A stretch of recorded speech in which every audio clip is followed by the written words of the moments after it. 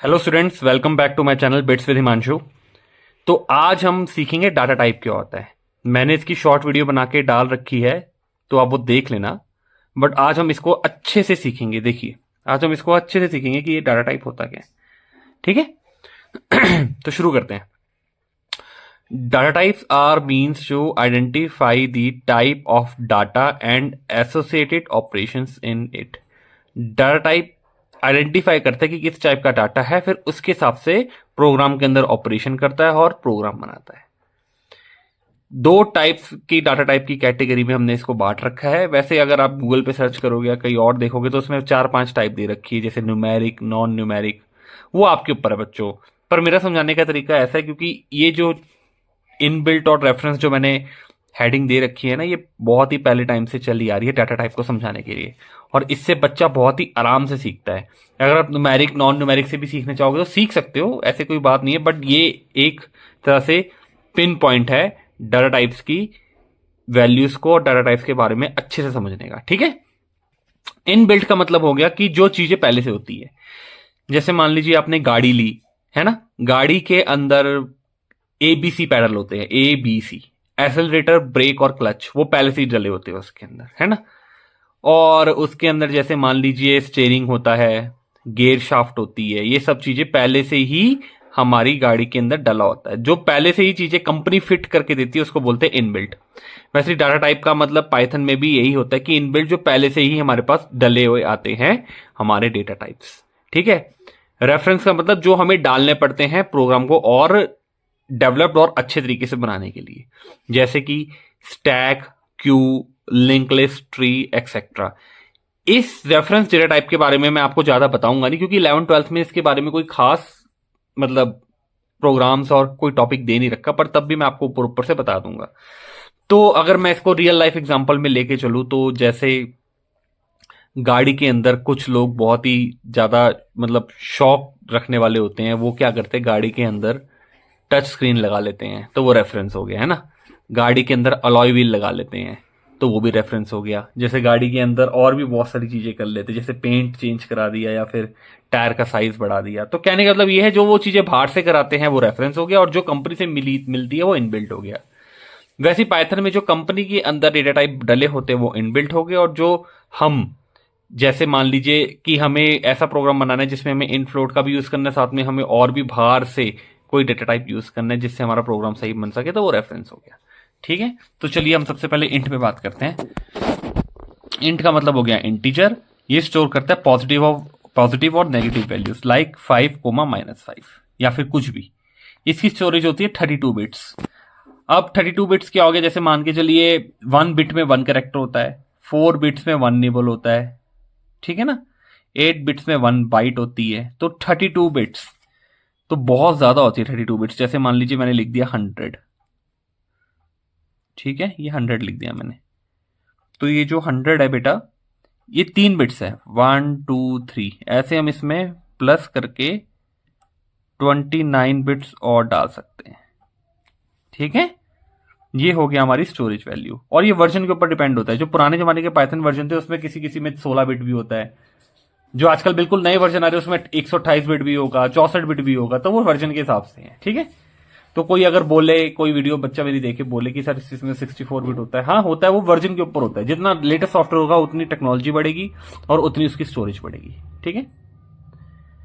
तो जैसे मान के चलिए a=10 ये हमारा इंटीजर है। ठीक है।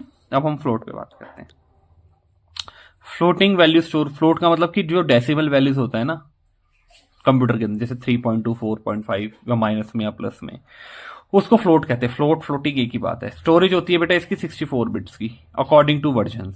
64 बिट का मतलब हो गया, जैसे मान के चलिए ये 7.23, ठीक है। तो इसमें हम और ऐसे प्लस में 60 वैल्यूज और ऐड कर सकते हैं, और इसमें हम प्लस में 63 वैल्यूज और ऐड कर सकते हैं। ठीक है। तो आप होप आशा करता हूं समझ गए होंगे। तो यही चीज होती है हमारी। b=7.2 ये हमारा फ्लोट हो गया। ठीक है। प्रोग्रामिंग में हम ऐसे यूज करते हैं। b तो आपको पता ही है वेरिएबल होता है, a तो आपको पता ही है वेरिएबल होता है, ठीक है ना। तो ये इंटीजर हो गया क्योंकि इसमें पॉइंट नहीं है। ये फ्लोट हो गया क्योंकि इसमें पॉइंट है। अब हम बात करते हैं बेटा करेक्टर की।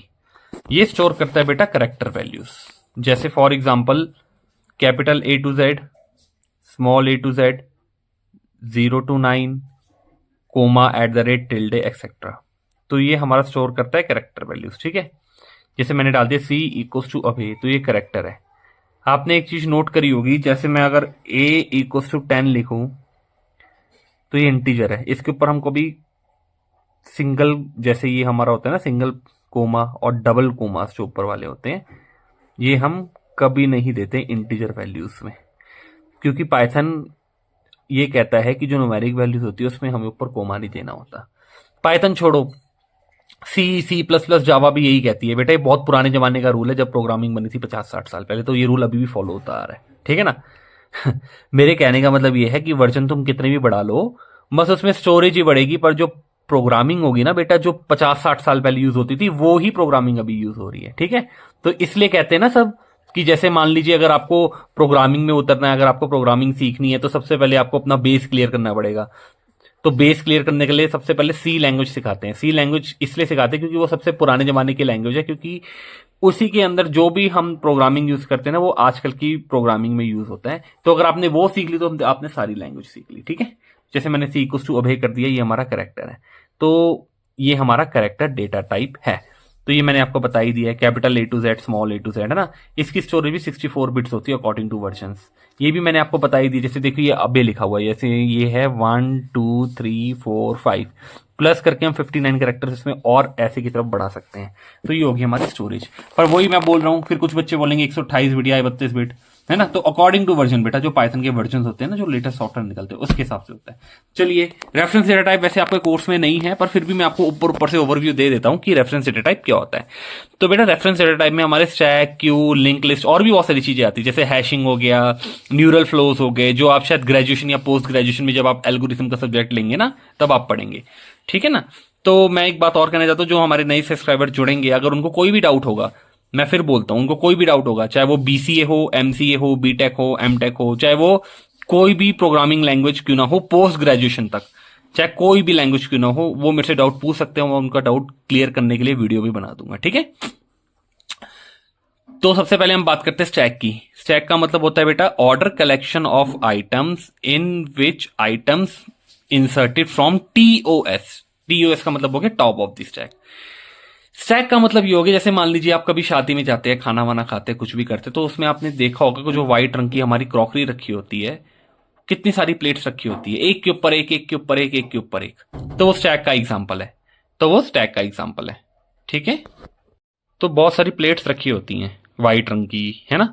तो कितनी सारी होती है, उसमें से आप प्लेट कहां से उठाते हो? आप प्लेट कभी भी नीचे से नहीं उठाओगे। अगर आप नीचे से उठाओगे तो सारी जो भी पाइल्स हैं वो गिर जाएंगी। आप प्लेट हमेशा ऊपर से उठाओगे। तो यही होता है हमारा स्टैक, कि जैसे मान लीजिए बहुत सारी चीजें रखी हुई हैं, आप खाना खाने जा रहे हैं शादी में, तो आप जब प्लेट ऊपर से उठाओगे तो ऊपर का मतलब हो गया टॉप, ऊपर का मतलब हो गया टॉप, टॉप ऑफ स्टैक। आप ऊपर से प्लेट उठा रहे हो, खाना खा रहे हो, तो वो हो गया हमारा स्टैक, ठीक है बेटा। एग्जाम्पल भी मैंने लिख दिया, piles of plates in wedding, ठीक है। वर्क्स ऑन दी, ये थोड़ी मेरे से कटिंग हुई थी उसके लिए सॉरी। ये वर्क्स करता है लीफो पे। लीफो का मतलब होगा लास्ट इन फर्स्ट आउट। जैसे मान लीजिए बहुत सारी ऐसे प्लेट्स पड़ी हुई हैं, है ना, तो आप सबसे ऊपर से उठाओगे तो वो लास्ट हो गया, और नीचे से उसको आउट कर दोगे वो फर्स्ट हो गया। तो लास्ट से आपने इन किया, फर्स्ट से आपने उठा लिया। तो ये होता है हमारा लीफो प्रिंसिपल। अब हम बात करते हैं क्यू की। क्यू ऐसा ऑर्डर कलेक्शन ऑफ आइटम होता है जिसमें आइटम जो है इंसर्ट होती है पीछे से और डिलीट होती है आगे से। फॉर एग्जाम्पल जैसे मान लीजिए इसका एग्जाम्पल हो गया लाइन, और ये फीफो पे काम करता है, फर्स्ट इन फर्स्ट आउट पे। इसका एग्जाम्पल हो गया, जैसे मान लीजिए आप लाइन में खड़े हैं, ठीक है ना, और लाइन लगी हुई है, आपसे आगे 8 बंदे खड़े हुए हैं। तो वो कोई सामान ले रहा है, जैसे मान लीजिए राशन का सामान ले रहा है, उसने राशन का सामान लिया, वो आगे हो गया, तो वो क्या हो गया, आगे से डिलीट हो गया। तो देखो डिलीटेड फ्रॉम फ्रंट, आगे से हट गया, फिर पीछे का बंदा जो आया है वो इंसर्ट हो गया रियर से। तो ऐसी वो लाइन चलती रहेगी, और ऐसी हमारा क्यू वाला जो प्रिंसिपल है वो काम करता रहेगा, ठीक है ना। ट्री हमारा क्या होता है बेटा, ट्री को इतना ज्यादा इंपॉर्टेंस मत दीजिए, क्योंकि ये ग्रेजुएशन का टॉपिक है, फिर भी मैं आपको समझा देता हूं। जैसे ये हो गया हमारा फर्स्ट लेवल, ये हो गया सेकंड लेवल, ये हो गया हमारा थर्ड लेवल, ठीक है ना।